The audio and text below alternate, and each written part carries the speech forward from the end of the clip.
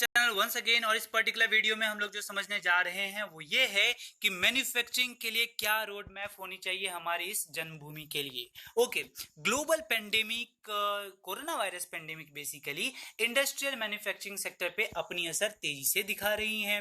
Production रुक चुकी है लॉकडाउन की वजह से, इवन रिलैक्सेशंस भी दी गई हैं, लेकिन सप्लाई चेन भी सही जगह पे नहीं है, सुव्यवस्थित नहीं हो पाई है, जिससे फुल फ्लेज मैन्युफैक्चरिंग को सपोर्ट किया जाए। इसी समय कंजप्शन भी सीवियरली डैम्पन हुई है। डैम्पन कहने का मतलब किसी भी शक्ति की क्षीण होना। कैश फ्लोज एंड रेवेन्यूज की अपॉर्चुनिटीज भी बंद हो रही हैं। मैन्युफैक्चरिंग सेक्टर के अंदर एमएसएमईज को हार्डेस्ट हिट मिली है। अधिकतर इसमें बैंकरप्सी के तरफ अग्रसर हैं, जबकि कोरोना वायरस के अगेंस्ट जो बैटल है उसे निरंतर बिना कमजोर हुए तेजी से लड़ी जा रही हैं। लीडर्स और स्ट्रेटेजिस्ट जो अपॉर्चुनिटी ये पेंडेमिक प्रेजेंट कर रही हैं उसके तरफ सेंसिटिव हैं। ग्लोबल लेवल पर अगर हम देखें तो हमें क्लियर इंडिकेशंस दिख रही हैं। जो कंपनी चाइना में अच्छी खासी बिजनेस कर रही हैं वो अब अदर डेस्टिनेशंस के तलाश में है। पोटेंशियली इंडिया इसका लीड दे सकता है और अपने आप को मोस्ट कंपेलिंग डेस्टिनेशन के रूप में प्रेजेंट कर सकता है, जिससे ओवरसीज इन्वेस्टमेंट इंडिया के तरफ आकर्षित हो पाए as compare to its immediate competitors. आप जैसे कि देख सकते हो यहाँ पे Vietnam, Thailand, Malaysia, even Myanmar, ये सब हमारे इमीडिएट कंपिटिटर्स हैं। Given the fact make in India campaign चालू है पिछले 5 सालों से और इंडिया के बैकड्रॉप में कॉर्पोरेट टैक्स रेट्स में सिग्निफिकेंटली गिरावट हो रही है। कॉर्पोरेट टैक्स रेट वो टैक्स होती है जो कंपनीज हैव टू पे on the profits they make.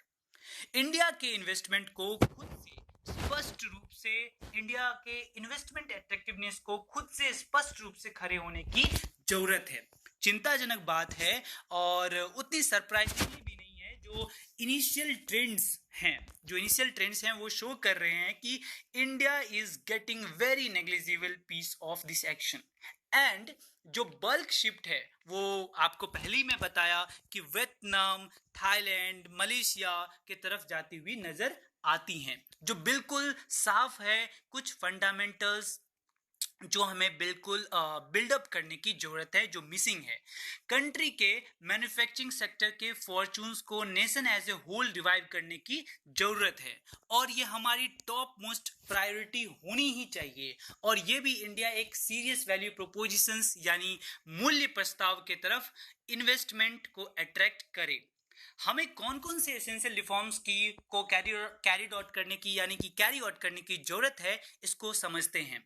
Make in India campaign को लॉन्च करने के तुरंत बाद यूनियन गवर्नमेंट बहुत सारे बिजनेस रिफॉर्म्स लाई और इंडिया में बिजनेस करने के प्रोसेस को ईज करी और उसको कलेक्टिवली टर्म दिया गया ईज ऑफ डूइंग बिजनेस।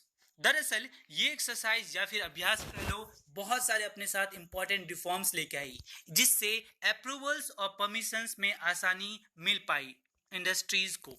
ठीक है, और किनको मिलेगी भाई? ठीक है, अभी देखते हैं यहाँ पे ये हमारे तेलंगाना के आसपास का रीजन है। तेलंगाना में TSIPASS यानी कि Telangana state industrial project approval and self certification system. ठीक है, फिर से सुन लो, Telangana state industrial project approval and self certification system, जो एक सर्टिफिकेशन सर्विस है तेलंगाना गवर्नमेंट की, जिससे industries, manufacturing and services establish हो पाए, जो कि एक far reaching and business friendly reforms हैं और जिसको इंटायर कंट्री में बेस्ट अप्रोच माना जाता है। और इसी तरह के प्रैक्टिसेस EODB के लिए अदर स्टेट्स भी लिए हैं।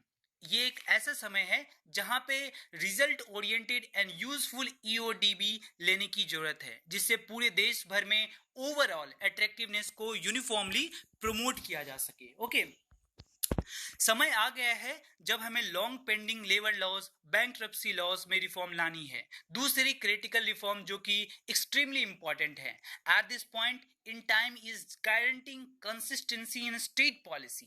हर एक स्टेट्स में पॉलिसी को लेके एक कंसिस्टेंसी बनी रहे। वर्ल्ड इकोनॉमिक फोरम के समिट में हाल ही यानी कि 10 जनवरी most of the questions directed at Indian delegates कि आप प्रायर कमिटमेंट को सम्मान नहीं करते। मतलब कि आप जो कमिटमेंट करते हो ना उस पे टिकते नहीं हो।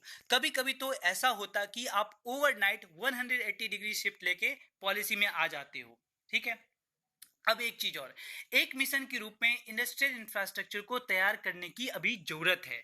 चाइना की जो बिगेस्ट, यानी कि आप देख सकते हो यहाँ पे हमारे जो चाइना भाई साहब है, यानी कि हमारे पड़ोसी, एंड ये चाइना भाई साहब की जो बिगेस्ट यूएसपी रही है वो ये है कि लार्ज स्केल के इंफ्रास्ट्रक्चर तैयार करना, हाईएस्ट क्वालिटी के इंडस्ट्रियल इंफ्रास्ट्रक्चर तैयार करना। और अगर हम कर लेंगे तो हम चाइना के कंपैरिजन में कंपनीज हमारे तरफ फेवर करने लगेंगे। ओके, सेंटर को स्टेट्स के साथ मिलके large scale industrial corridors and industrial parks तैयार करने की जरूरत है। स्टेट्स जो है वो लैंड प्रोवाइड कर सकती हैं और सेंटर उसको फंडिंग दे सकती है। चाइना को मोबिलाइज्ड ट्रेंड वर्कफोर्स में भी काबिलियत हासिल है। हमें भी वर्ल्ड क्लास आईटीआईज की जरूरत है हर एक स्टेट में। ओके, ये सब सारी हमारी बातें हैं। और फिर अगर हम समझे कि कॉम्पिटिटिवनेस ऑफ एक्सपोर्ट्स में इंप्रूव करने की भी हमें एक चीज यहाँ भी ध्यान देनी होगी कि इसकी भी जरूरत है हमें। ये जो वेल रिकॉग्नाइज्ड है कि इंडिया का ग्लोबल फुटप्रिंट्स, यानी कि हमारा जो ग्लोबल फुटप्रिंट्स है एक्सपोर्ट में, हम इंडिया दूसरे कंट्रीज को क्या एक्सपोर्ट करते हैं, वो वहां पे अगर हम देखें तो हमारा जो पायदान है ग्लोबल एक्सपोर्ट में बहुत ही निचले पायदान पर है as compare to its potential. हालांकि हमारे पास पोटेंशियल काफी अच्छी खासी है। एक्सपोर्ट मार्केट्स बहुत ही शानदार अपॉर्चुनिटी प्रोवाइड करती हैं डोमेस्टिक मार्केट्स के लिए, खासकर अगर हम बात करें तो, खास करके प्रेजेंट क्राइसिस के समय में। इस ऑब्जेक्टिव को परस्यू करने के लिए one needs to carefully examine the main reasons जो इंडिया के एक्सपोर्ट को पुल डाउन करती हैं। ठीक है, और फिर हमें ये एक चीज याद रखना कि जो हमारे एसएमईज हैं, एसएमईज बोले तो कि हमारे स्मॉल एंड मीडियम एंटरप्राइजेस जो है उनके लिए हमें बेल आउट देनी है। बेल आउट मतलब एक तरीके से फिनेंशियल असिस्टेंस कह सकते हो, इसको हम लोग बोलते हैं। और इकोनॉमिक्स के भाषा में थोड़ी सी उनको बेल आउट बोल दो, थोड़ा सा सुनने में अच्छा लगता है ना। सबसे सही प्रिस्क्रिप्शन जो है वो डायरेक्ट फिनेंशियल असिस्टेंस एसएमईज के लिए है। और दूसरा आसान रास्ता है जो एसएमईज को हेल्प करना वो है कि गवर्नमेंट प्रायोरिटी ऑर्डर फिक्स करे। प्रेजेंट सर्कमस्टांसेस ऐसा है कि कुछ एसएमईज पक्का ही जॉब लॉसेस करने वाले हैं, ये फिक्स बात है।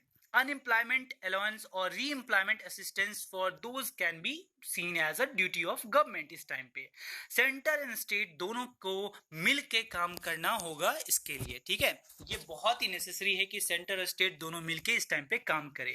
और अंत में कहना है कि आप स्ट्रेटेजी ग्रुप को एम्पावर्ड करो। ठीक है, अब देखो, एम्पावर्ड स्ट्रेटेजी ग्रुप में स्टेट गवर्नमेंट के, सेंट्रल गवर्नमेंट के, इंडस्ट्री के लीडर्स के, पॉलिसी मेकर्स को साथ मिलके काम करना होता है। ये बहुत ही अर्जेंट इंपेरेटिव कह सकते हो ये है अभी के समय में। मैन्युफैक्चरिंग सेक्टर और न्यू इन्वेस्टमेंट को अट्रैक्ट करने की जरूरत है। ठीक है, मैन्युफैक्चरिंग सेक्टर और न्यू इन्वेस्टमेंट को अट्रैक्ट करने में कंट्री को bold and pragmatic vision acquire करने की जरूरत है इस समय, और इस साथ साथ डिटेल्ड इम्प्लीमेंटेशन प्लान की भी। ठीक है, यही हमारी कुछ बातें थी जो मैं शेयर करना चाहता था। Thank you very much.